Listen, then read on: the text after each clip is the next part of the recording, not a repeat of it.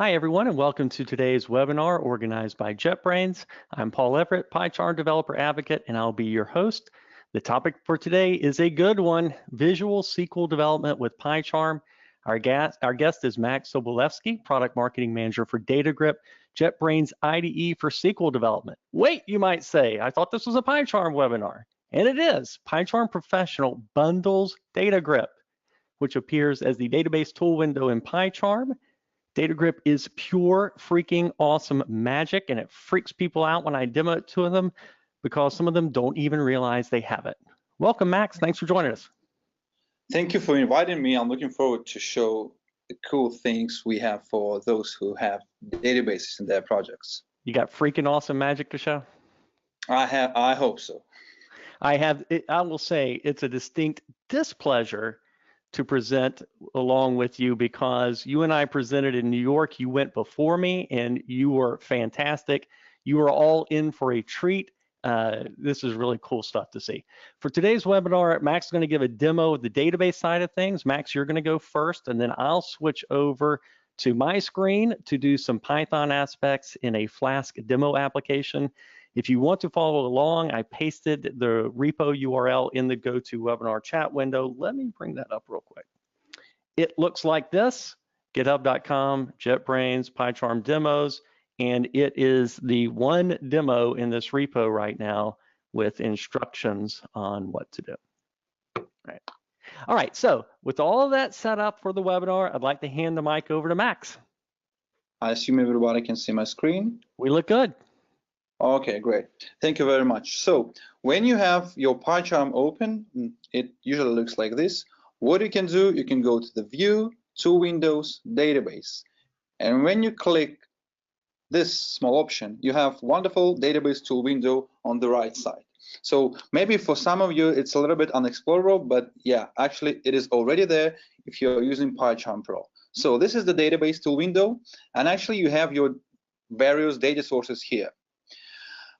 You can add the new data source. I already configured a couple of them, but you can add a new data source by pressing plus. So this is the list of databases we currently support. And this list is always increasing. And actually in the new version, which will be at 2019.3, we are going to release the support for MongoDB, which was a really requested thing. Everything I'm going to show you, I'll show you with the Postgres data sources, but mainly everything is available for every database we support.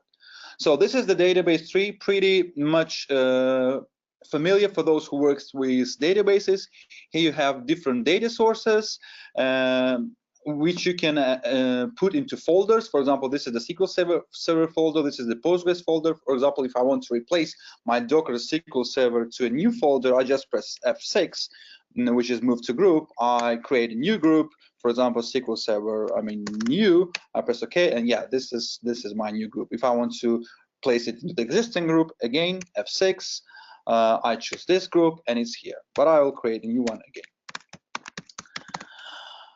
As in all other trees, you can actually search here. For example, if you have some tables in your huge list, and if you want to find them, for example, film category, you need just to type it here, and everything will be highlighted. So, for example, if I type film category, this is highlighted. But I can also use abbreviations. For example, if I'm searching for film category, so let's put our caret here. If I type just FC, it also will bring me to the film category. So the abbreviation is the very, very powerful thing among all our IDEs. When you want to complete something, to look for something, to find something, use abbreviations, they will help you. What else here? You can color your data sources. For example, this one, Postgres 11, this is my main data source. I can go to the color settings and press rows. And if I press OK, everything connected to this data source, this is my result set, I'll hide it. So the query console, the file with scripts to the data source, everything will be colored in red. So for example, if this data source is your production one, you can do this so you will never lose the context. For example, I create a new console where I create queries, and this panel is also red. So yeah, this is coloring, but I will delete the color because I don't like it. But anyway, that can be useful for those who have many similar data sources. Also, by the way, if you have your production data source, what you can do, you can go to the database properties And here, this is the small tiny checkbox, read only. So if you will check this one, you will not be able to update data or insert new data to a data source. Just PyCharm will not let you to do this. Okay, this is the database tree. Here you add different schemas to your data source if you want to see more of them, but I add just my user one. This is the console. So again, when you want to write a query, you right-click here, new console. So this is the console. Actually, this is the place where you write queries. The console is kind of a Scratch file, a temporary file, which is attached to the particular data source. Here you can choose the search path for this particular console. Here you can just change the connection change the session for this console, and here you write queries. We at JetBrains, we always encourage people to use live templates for various tasks which are repetitive. For example, select is just a very common thing, and we encourage people to use live templates. If you press Command J, you will see the list of templates we have. For example, SEL, this is the live template for the select. If you press enter, the live template is open, and then you just input the table name. Yeah, and that's it. This is my first query, and it's done. Another way to use this live template, SEL, is just to type SEL and press tab. And again, and then you choose the table, and that's it. If you want to type insert, again, ins is a new live template, just an existing live template for the insert. You type ins, you press tab, you choose the table name, completion offers you the column list, so and then you are here, you put values. So again, live templates are code snippets which help you to do some repetitive things. You can add your own live templates. You go to preferences. By the way, we have search in preferences for those who didn't know about that. So live templates are here.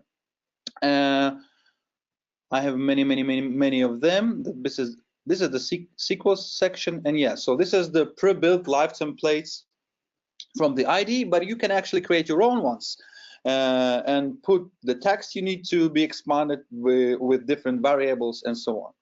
Okay, so this is a live template. This is my first select created.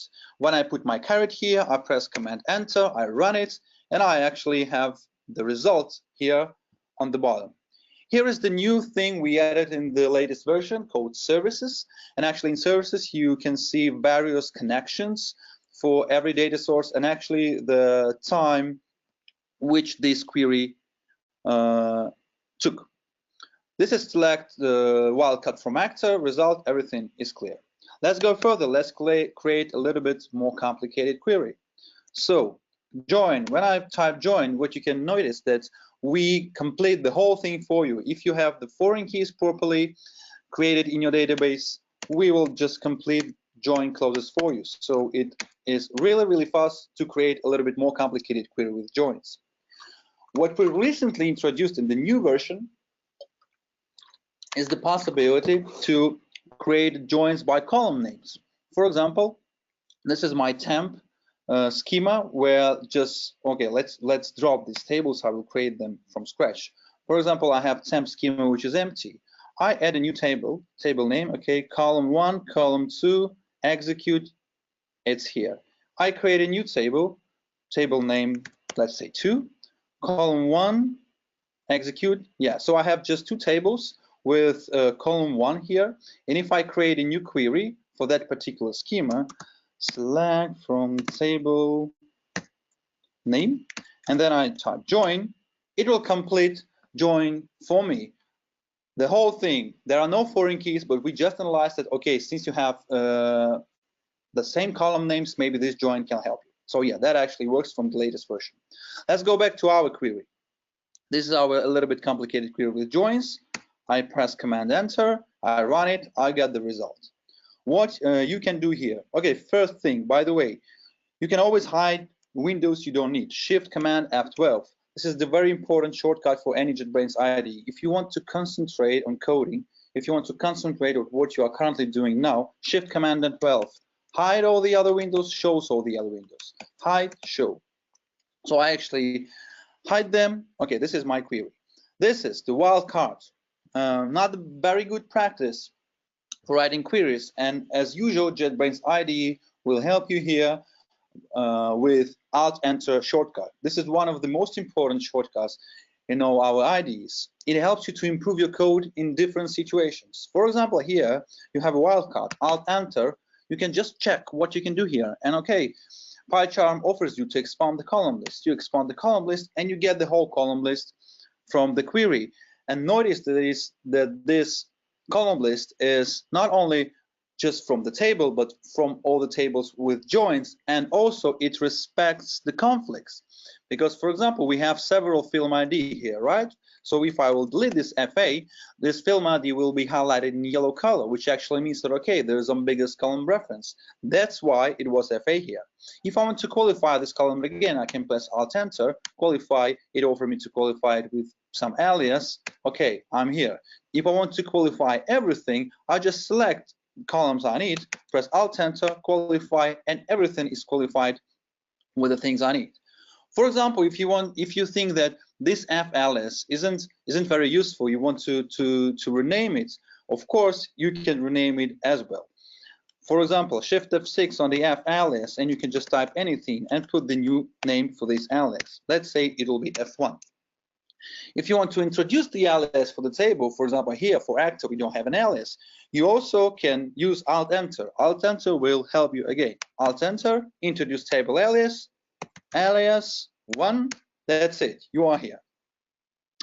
So let's delete some columns, let's create another query. Again, I use live templates. What I also want to show you that, again, abbreviations can be used when you complete code. For example, here AI is the actor ID. So if you will type actor, it will also offer you the actor ID because of the context. But again, AI will define this column in an effective way.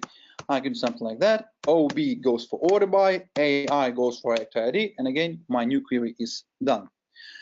When you have two queries, and if you press Command Enter, it will show you whether you want to run this particular query or maybe you want to run the whole script. If you run the whole script, you obviously have two results. Some people really like this drop down. Some people really don't like this drop down.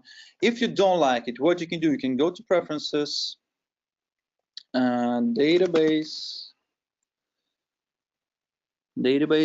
yeah, and here you have several execute actions. So the first one, execute action, is the default one with the shortcut Command Enter, and it asks you what to execute. But if you want to, for example, always run the smallest statement under the caret, if you choose this, and I press OK, and then I put caret here, I press Command Enter, it doesn't ask me, it just runs. But what I usually do, I leave this question here, and I use another execute action, which can be changed, of course. So I use, for example, smallest statement, I assign a new shortcut, execute to, for example, add keyboard shortcuts, for example, Control-Alt-Enter, OK, OK, and now if I press Command Enter, it offers me to choose, but if I press Control-Alt-Enter, it just runs it.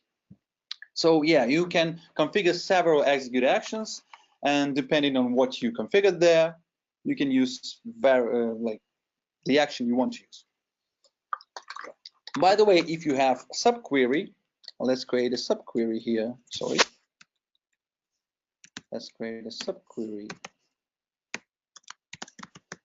Yeah, by the way, it's also it's again yellow, and it tells me, okay, each derived table should have an alias, and I say, okay, introduce alias. The alias is a little bit stupid, but I will create my own one. Okay, I'm done. So if you have subquery, again, this chooser will offer you to run this particular query, maybe the small query, the subquery, or the whole script. If I run the whole script, I got the result.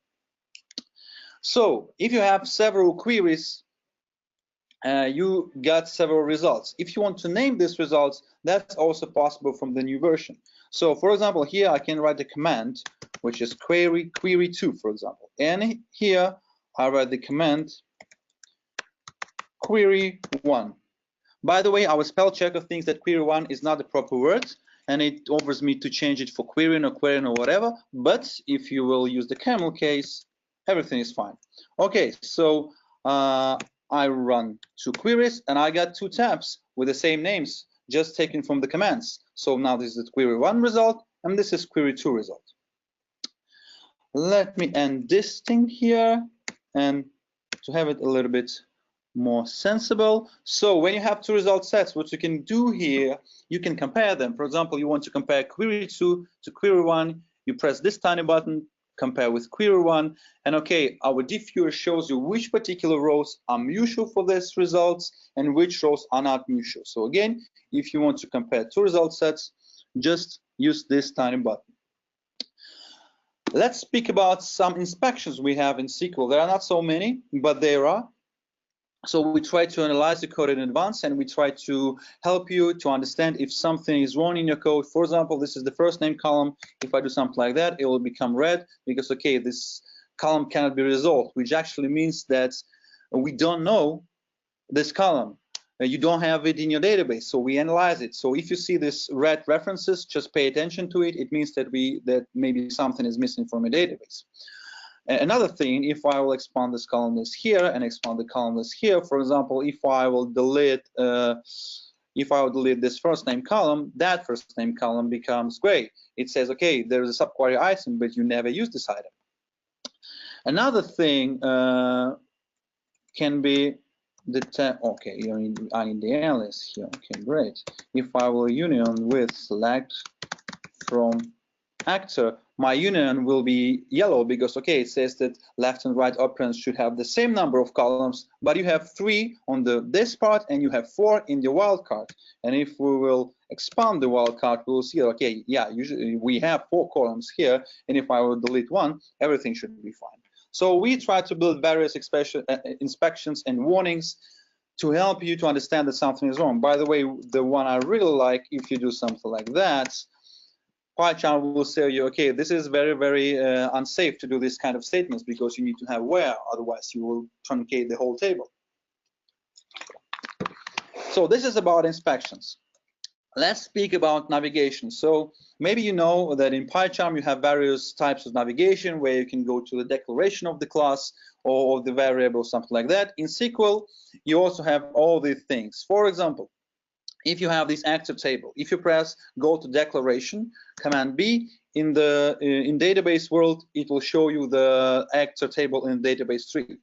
If you want to see the DDL, you can just press F1, which is the quick dock, and it will show the DDL of the table and the first 10 rows of this particular table. You also can use Alt F1, which is the show in pop-up, select in. So if I press, for example, database view here, it'll be always highlighted here. Also, there are some navigation options in settings. If I go to the database, and here you have 2 navigation things: prefer database view over DDL editor, or prefer data editor over DDL editor. For example, if I uncheck the prefer data editor over DDL editor, okay, if I'll check this one, uncheck the database view, my go to declaration will navigate me to the DDL editor. So depending on what you actually need, you can create various types of navigations. If you want to see the data of the table, I mean, if you want to see it quickly, F1 works usually, but if you want to go to the proper data editor, if you are on the actor table, you can press F4 and the data editor will be opened.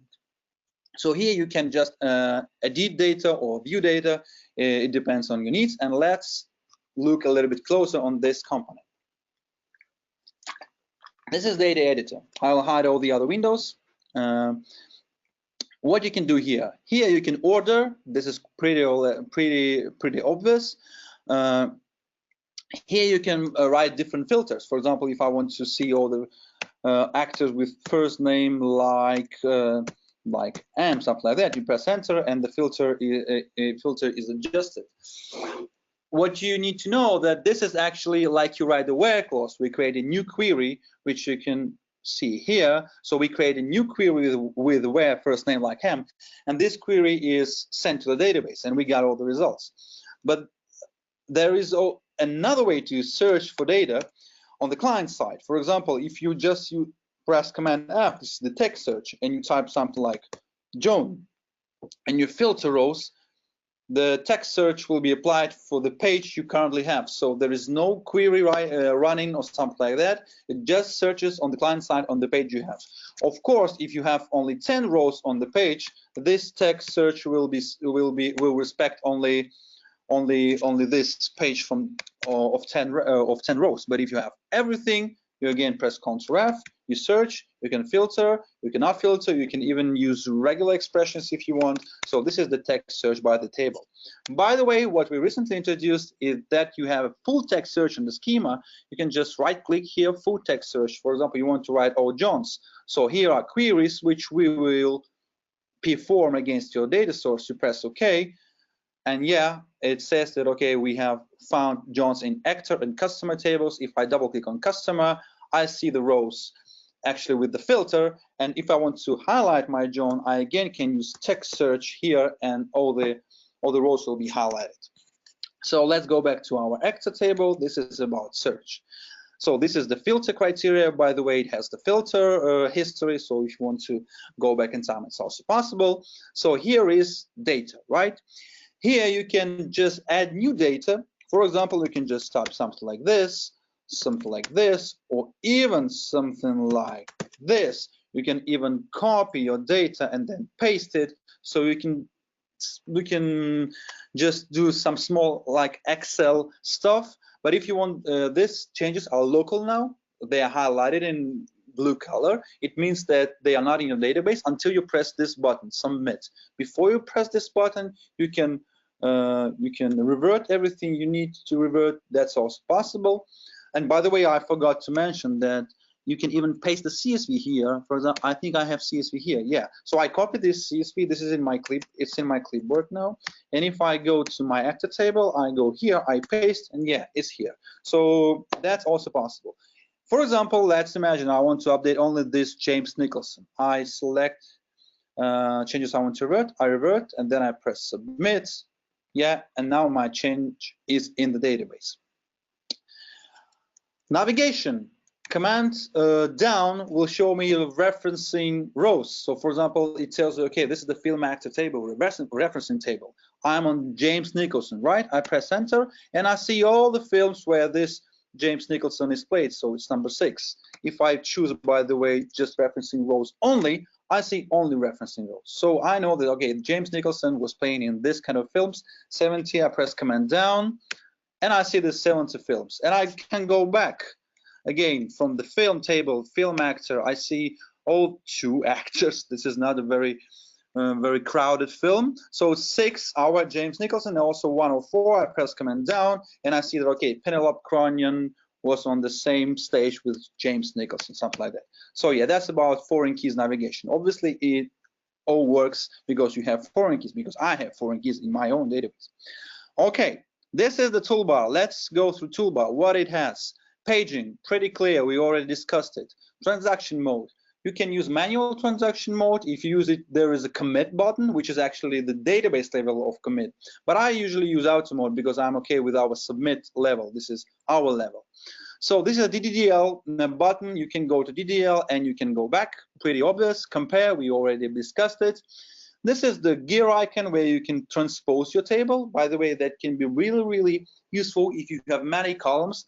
I don't have many columns here, but if I had, it will be useful. For example, by the way, let's create the query with lots of columns. We already did it, something like that. Ta-dam, ta-dam. Yeah, we hear it. So yeah, we have results here with many columns. Here, if I press transpose, I see all the columns in more handy way. And also what we can do, we can go to the column list, which is command F12. And now we can search here. For example, if I want to find original language ID, OID. Yeah, I'm here. Again, abbreviations will save my time. I press enter and I'm navigated here. So yeah, again, if you have many columns, command F12, column list helps you. Let's go back to our actor table. I was talking about this gear icon. Also, this is the session for this particular data editor. It means that when you update something, it will run in that particular session. And this is very, very important thing.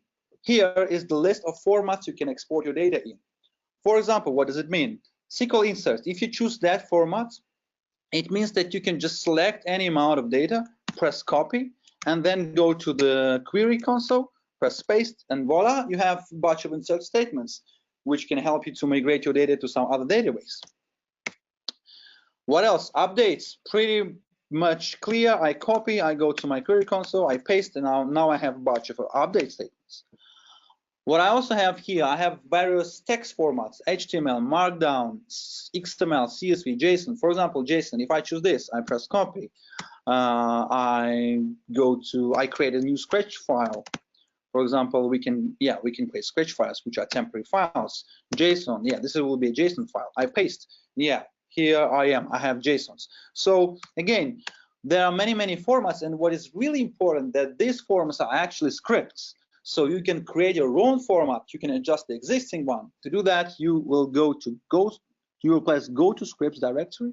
You will see that, okay, we have the scratches and constants in your project folder, and here you have JSON Groovy file, which is actually the piece of Groovy script. So you can adjust this script, you can create your own format if you are not okay with the one which is already there.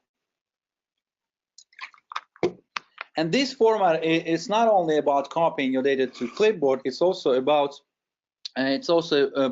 copying to file. For example, if I want to create a file with all this data, I just select everything or the rows I need, go to file, and then it'll create the JSON file with all my data. And this is also important button. This is the export. So for example, if you want to select this data, you press export, and you want to export this data to some other table. For example, I don't know, if I say public, this is my schema in Postgres 11, it will create a new table, actor1, with actually data imported from that particular selection. So let's check. I hope it's there, or no. Maybe it was another. Okay, it exported not the selection, it exported the whole data, but perhaps it should export only the selection. Okay, now it exported the whole data. So again, if you want to export your result set to the new table, it's also possible. You can even drag and drop various tables between each other. For example, this is the address table. You can just drag and drop it to the same schema and address 1, okay, and now you have a backup of your table. So address 1, now I have a backup of the table. You can even go to some other data source. I hope that it's seen here. For example, I have the SQL Server city table. I can just drag and drop it to temp schema. It will create the DDL for me, the data for me. I press OK and OK, and now I have my Postgres city table. So again, this is about exporting table. Let's go back to our actor. I think I described everything connected to the data editor, and maybe you noticed, and now I want to pay attention that if I want to go back to the previous step, what I do, maybe you notice, Command E, recent files, very important thing. For example, if I close everything, and I go, okay, I want to go back, Command E. This is all tabs which were open before. Very important shortcut. I can reopen my table, I can reopen my query console. So and this will help you not to lose the context. Also, we have Shift Command A, which is recent locations. This is actually the part of code you were writing like several minutes ago. Let's talk about not losing your work. What else can help you? Local history. Every file, every text file you are writing in has its own local history. It's not about VCS, it's just a history. So you can see the history of any file. So if you know that, okay, 1 hour before I was creating a really genius query, you can find it here, revert, and now you are here. So I use this revision. Clipboard history, Shift Command V. There is a clipboard history. So everything you copy to the clipboard is actually saved here, so you will never lose your query. Query history. Everything you run is also put into this query console history. So if you run the query, it's already there. We also have a SQL log. I think it should be here. Yes, show SQL log in Finder. You'll actually see the database log file, which is just a text file with everything which we run from DataGrip internally, or your queries, doesn't matter, everything is here. So this is about not losing your work. Do I need to say that you don't need to press save? Everything you type in your files, everything is already saved, so you don't need to worry about that.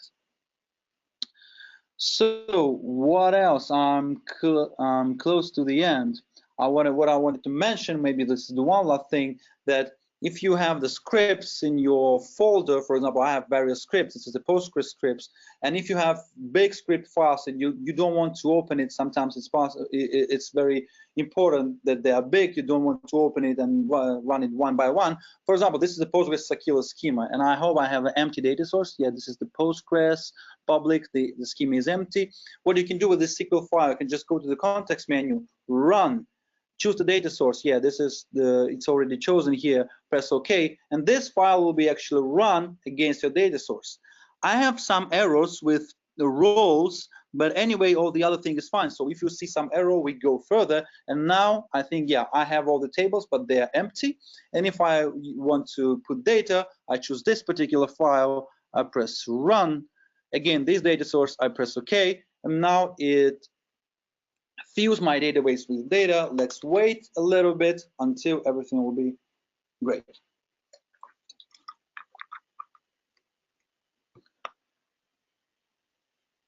The script is quite big, but we are close to success.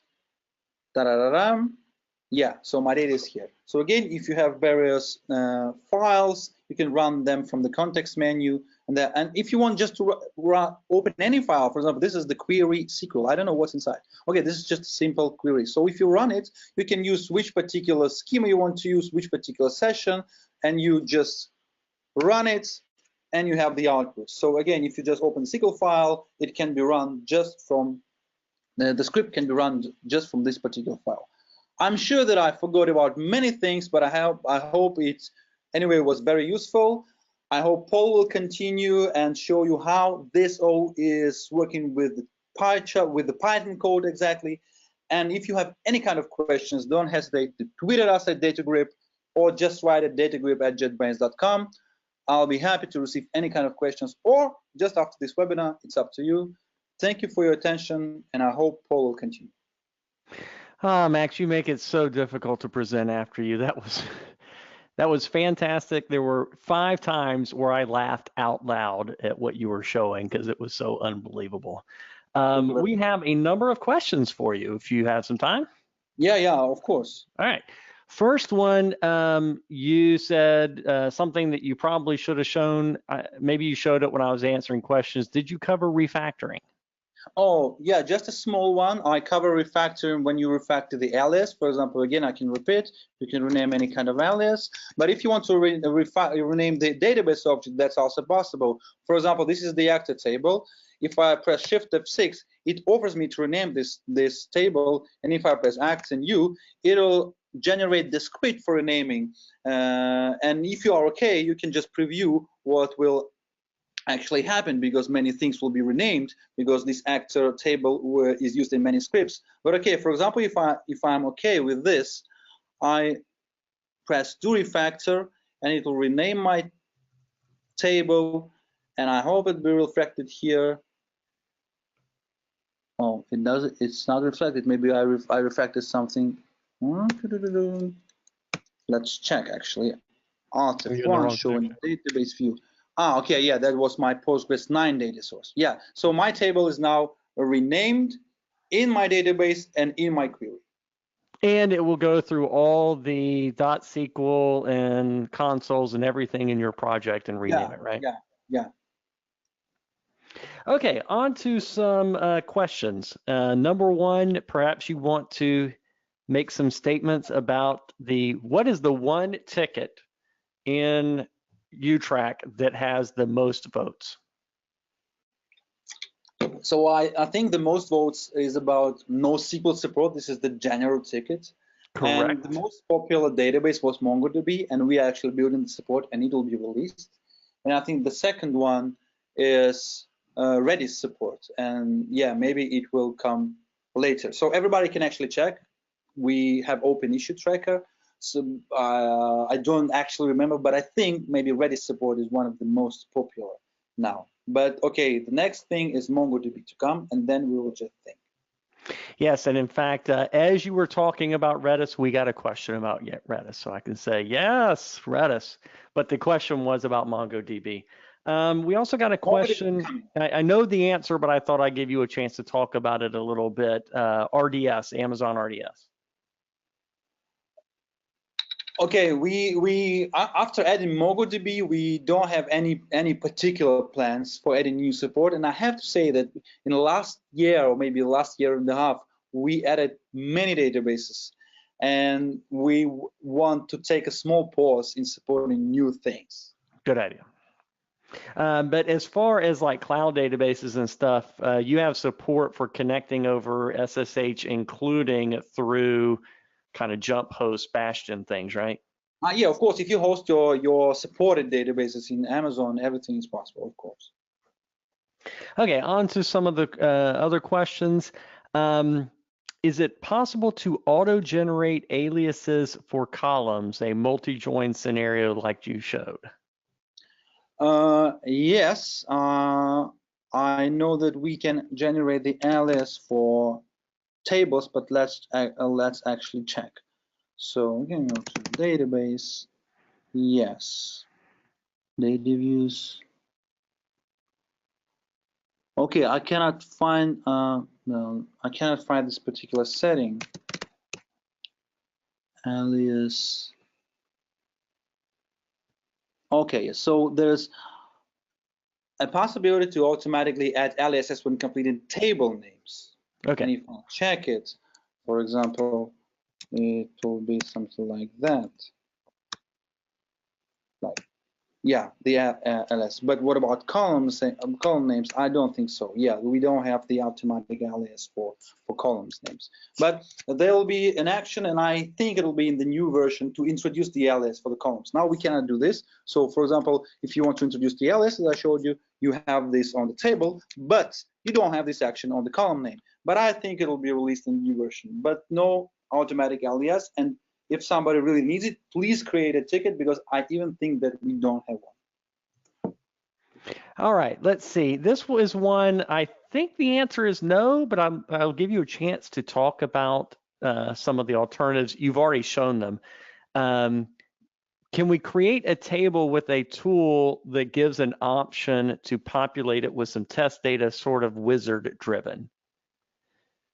So you've shown SQL files for inserting data. You've shown dragging and dropping JSON and CSV and stuff like that, right? Okay, but the question is, can we use the wizard for creating tables? Right, right. We actually don't have any kind of wizards. So maybe we have the UI for creating tables. If you press new table, and I already showed it, so there is the small UI, so you can put columns, keys, indices, foreign keys, whatever, and you see the script which will be generated, and afterwards it will be executed in the database. Or you can open it in editor anyway. So this is the UI for table creating.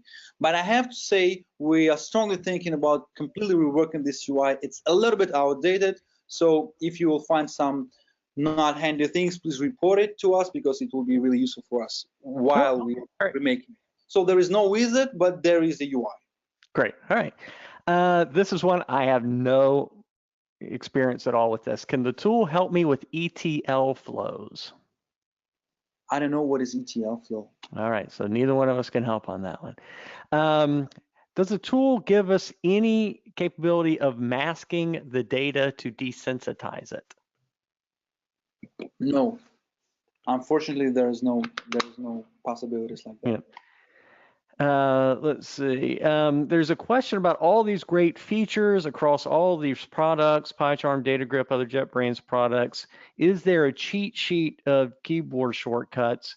In the help screen of PyCharm, in the help menu of PyCharm, there's a link to a cheat sheet. Most of the key bindings that apply in PyCharm probably have a key binding in all of them, but DataGrip, Max, do you have many actions that are unique to DataGrip? I don't think we have any actions which are unique to a DataGrip. Okay. All right. So that cheat sheet that is available in the help menu should probably be enough. Can you color cells by value? No. Now it's possible. We do have a ticket and we know about this. So maybe the question is not about the value, but about the type. of the fields. And if the question is about this, yeah, we don't have it, but there is a ticket. Please comment there and share your use case. Perhaps someday we'll add it, but now it's not possible. Right. ETL is extract, transform, load. It's workflow for taking data from one place to another and doing transformations. Maybe that's like MPS. So yeah, I really don't know. Yeah, that's not our So the author of the question, please write to DataGrip at JetBrains.com, share this information, and I'll check with our developers and I'll answer you in a better way. So there was a question about, other than MongoDB, what other non-SQL? And I think really your point is valid that it's MongoDB. We're not going to be chasing a whole bunch of other databases. In particular, it's kind of JDBC driven, right? Yeah, of course, you already can work with every database which has JDBC driver. But if we say we don't have support, it means that we don't highlight the syntax in a proper way, and maybe some things like import can be broken, something like that. So basic functionality, of course, works, but support, is about enhanced way of working. There's a question that's Python specific, so I'll take it. Is there a way to get query results into a pandas data frame other than downloading the CSV and using pandas for reading the CSV? Nothing in our tools, because that's more of a Python question than a IDE kind of question. The Python runtime still needs to be able to do that, but we do have a lot going on with big data in general, so perhaps keep an eye on that space. And on to the last major question. Are there any major differences between what you just showed, the database tool in PyCharm, versus standalone DataGrip as an IDE? As I said before, there is no difference nearly at all. Some things are different. For example, the basic thing I actually forgot to show, if you want to find a table, in PyCharm, you press Command O, and this is the go-to class. And if you type actor here, you don't see tables. But in DataGrip, there is not classes, but tables, and you can find tables here. In PyCharm, to go for any table just out of the blue, you need to go to symbols where there is everything, and you press enter, and you are navigated to the table. For example, this is the small difference, but it happens. So some very, very tiny things are different, but in general, this is the same code base, so everything is just the same. Right. And in fact, when I switch over to my screen, there's one part that's unique about the syntax of parameters. So last question, but it's not about the product. Someone looked at your profile picture and asked, are you a fan of Clockwork Orange, or is the bowler hat and suspenders a coincidence? I'm just a fan of clothes of the beginning of 20th century. That's why I like bowler hats and stuff like that. All right, I'm going to change the screen to me. All right, good. And I will show some things going on more on the Python side. As a reminder, this is the repo with the instructions, the demo I'm about to show, and everything I did to kind of get into this state. Max, you can watch over my shoulder and tell me when I do something wrong or could have done something better. And when someone asks me a really hard question, I'm just going to cry a little and ask you for help if that's okay. All right, so onward. As a quick review of how I got things set up, I have this is done in Docker, and I had a Docker Compose file, and I clicked play to run Docker down here, and so you can see that it's running. And then I went into the database tool and I made a connection to that Docker instance. I know that I'm able to talk to it because when I double click on the actor table, I can browse it. In order to populate that data, I went to my SQL files and I took the schema and ran it in order to get the database set up. And then for the sample data, I right-clicked and I did run, and then I've got all of the sample data set up. A couple of things not really related to the database tool. I right-clicked on the templates. This is a Flask application. I right-clicked on the templates folder, did mark directory as template folder. I made a virtual environment and told PyCharm that this was the project interpreter. It was based on these requirements. I'm just using PsychoPG2 instead of Flask SQL Alchemy because we're writing raw SQL instead of using the ORM. I think I have,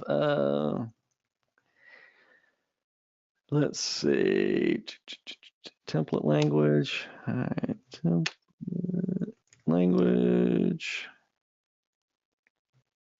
And in Python, I set this as the template language for this project, Jinja 2.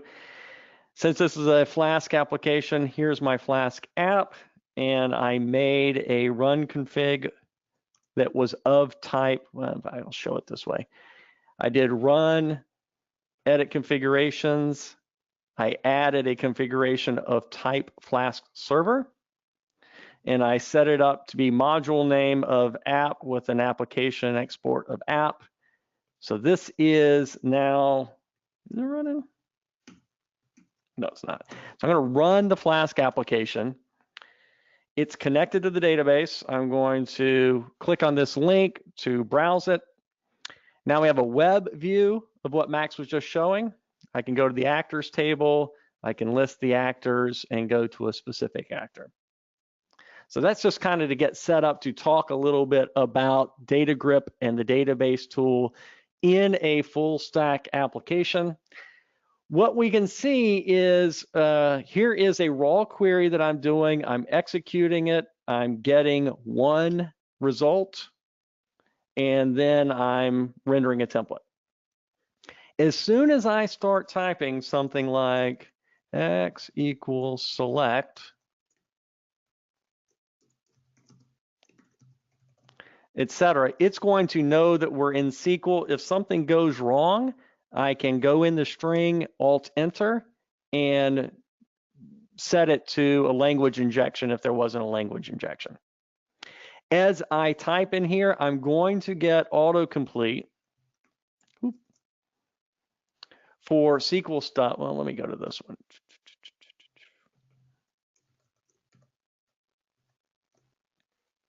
Oh, I should have mentioned dialect.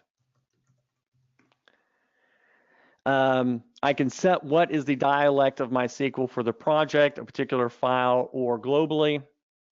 Back to this, I can do things like go to the table and I can navigate to it, and it shows what Max showed before by going to the kind of DDL specification of it, or I can do F4 and browse to the table and get the table browser on that. So that's pretty cool. As I'm typing, I'm going to get autocomplete. And I could, for example, hit enter and it will autocomplete on that. Or I can command control space space and get all the possible completions. This also can apply to the table name stuff. So for example, Max showed the quick fix before of expanding the columns instead of doing just the star. So I can. But you have an unresolved now ACTOC, and there is no table like this. Oh, yep. Thank you. All right, expand the column list. So instead of star, and then I can Command Z to go back to the way that it was previously. I can execute a query. So for example, I'm sitting in this query. I want to see what it's going to look like. I will first do this one that doesn't have a parameter. And I can run the query in the console. And I will choose to run it in a new console.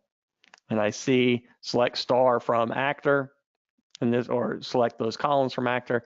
What happens if I want something that has a parameter, so has a where clause on it that expects to come in via %s? I'll do the same thing. I'll do the same thing, run the query in a console. I'm doing new session because I'm running the EAP and it has a bug on reusing an existing one. And I'll say for 19 and execute. and I see the query that matches that result. So I got a nice dialogue that was friendly about prompting me for all of the parameters that I need. And then finally, as Max was showing, I could go to a column and decide Control T, refactor. I don't want that column name. I want it to be first name without an underscore. It will give me a preview of the SQL it's going to do when I click refactor. It's going to go and change all my SQL files as well as my table. Let's prove it by going to the table and looking at the columns, and first name has been changed. So that's a quick tour of how the SQL support from DataGrip is integrated into a Python project in PyCharm, so that right in the middle of your Python code, you've got a string and it's SQL, and it's like you turned into DataGrip right in the middle of PyCharm, right in the middle of your Flask code. So I'll go over and take a look for any questions. If you can think of, Max, is there anything that I should have shown about the Python support? I don't know. Maybe just you need to mention that, okay, if there is a SQL inside your string and the PyCharm doesn't understand it, you can just explicitly make a language injection. So you can tell PyCharm, hey, this is SQL, and that will be possible. Yeah, you can go up to any string in PyCharm and inject a language into it with Alt-Enter. And sometimes, though, it automatically detects what the language should be. I mentioned this about the %s, and let's see if I get this right. Is it parameter? Yes, database user parameters. Here is the way that DataGrip and each of the IDEs can say, here's what we're looking for in a string to determine the token that is going to be prompted for and replaced when the string is executed and sent to the SQL engine. So in all of this, we have some things that are common to all, some things are common just to Python, and you can teach it yourself, right? Max, is there any limitation to this? Oh, I don't know. So out of the box, it should be able to support most of the formats that you would expect to see. All right, I'm going to go and take a look at some more questions. Max, this is a pretty good one because it gives you a chance maybe to talk a little bit under the hood. Autocomplete. Let's say I've got a whole bunch of databases connected, a whole bunch of columns, a whole bunch of symbols all over the place. Is there any best practice for keeping the autocomplete responsiveness fast, specifying schema or scope or anything like that? So the question is, it's not fast? Yes. Okay, maybe we'll need to analyze it, because how it actually works. We index the whole database you have, and when we complete code, we use only this index. So for example, if you will lose the connection with your database, autocomplete will work anyway. We don't care about your database in the moment we complete code. We care about only our index. So it must be quite fast, but in case if it's not very fast, please report it to us, because it has nothing to do with the size of your database or with the connection quality. It has only to do, it's only about our indexing. So again, please report it to us if something is really not fast with the completion. Yeah, we need to know about that. That's not very common. I've seen you give demos, I think, that talk a little bit about scope support and other ways to kind of look at a subset of the universe. Yeah. Is it this thing up here? Yeah, but this is just a search bar. But if you want the particular schema to be completed for the code, you can go to resolution scopes. You can just try it yourself. So just go to settings and type there resolution scopes, and there will be just a list. So I think by default it's empty. Map any file, any Python file or any script or anything to the particular schema. So if you want this one schema to be used in this particular file, just map them here and everything will be fine. All right, that's a heck of an answer. Okay, let's see. Question for me: when we refactor the SQL in the database to change the column name, does it change the Python code? No, it doesn't. It's an interesting question for the PyCharm team. I should look and see if there is a ticket already for that. The challenge will be when you put ORMs, object relational mappers, in between, we would have to learn basically Pony and SQL Alchemy and all those other possible things in between. And this one's for you, Max. If you rename a column in a test environment, is there an easy way to record what would be needed, I guess the DDL, to do the same in production? I think there is no way to do this now. You have the log, right? You have a log that shows all the SQL that's being sent over, right? Yeah, that's maybe now that's not super handy, but yeah, that's also possible. When you will run this refactoring, every DDL will actually be placed into the SQL log. So you go to the SQL log, you find this bunch, and you will run it against your new database. But I agree this is not very handy, so we can think about it. But what we are doing, what we are thinking, and I think it will come some time that you will be able just to compare to schemas. You are already able to compare to schemas, but it works only in simple cases. But we want to build the proper support for comparing, so you will be able to compare to schemas and to run the script, which makes them completely the same. So maybe that's the case. All right, on to some more questions. There's a question about SQL and Jinja 2 support. I do have Jinja 2 templates in here. So for example, an actor, but it's nothing specific to the SQL. It's just the data that was unpacked from the query and passed into the template. So I passed in these values. I don't think it's good to do SQL in Jinja 2. That's really not what it's meant for. Let's see. But by the way, can I add one new thing to the previous question? Sure. When you actually rename the column, and when there is a button preview, I used it when I was showing, and I just discovered that there is a small button open in console. So actually, this script can be just opened in console but not run. And of course, after you open this script, it's possible to run it against several databases. Okay. All right. Good. Here's another question for you about we don't have time to show it today. Subqueries on joins and things like that. Do you have any examples in the DataGrip site or in the DataGrip help? Sorry, I didn't get the question. Subqueries on join. Oh, okay. So what's the question is? They just wanted to see some examples on it. Actually, I think you did have it. Did you have a nested query in your example earlier? We had joins, we had subqueries, but I don't think we had subqueries and join. But that's like, I mean, what's the question is, can we highlight them in proper way? Yes, we can. But okay. I don't know what's the. And I guess you can detect and put warnings in for syntax violations, perhaps, and stuff like that. Yeah, we always will. Yeah, of course we'll highlight the syntax proper way, and if you have some compilation mistakes, we'll highlight these mistakes in advance, of course. There was a point, someone made a point about the previous question about pandas, that pandas does have support for getting data from SQL Alchemy. Someone asked a question about, for someone who's a complete beginner, about how Docker and Flask works in PyCharm. That is too big a scope for this, but we have a quite good tutorial in the PyCharm help. This is one that most of our IDEs should have a better answer for. Max, I'll see if you have a story for this.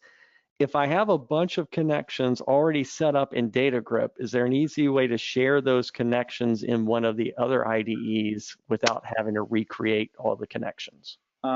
Yes, there are several ways. The first thing you can do, you can go to the data source properties, and there is one small button on the top, Make Global. And this actually means that this data source will be seen from all the other IDs and projects.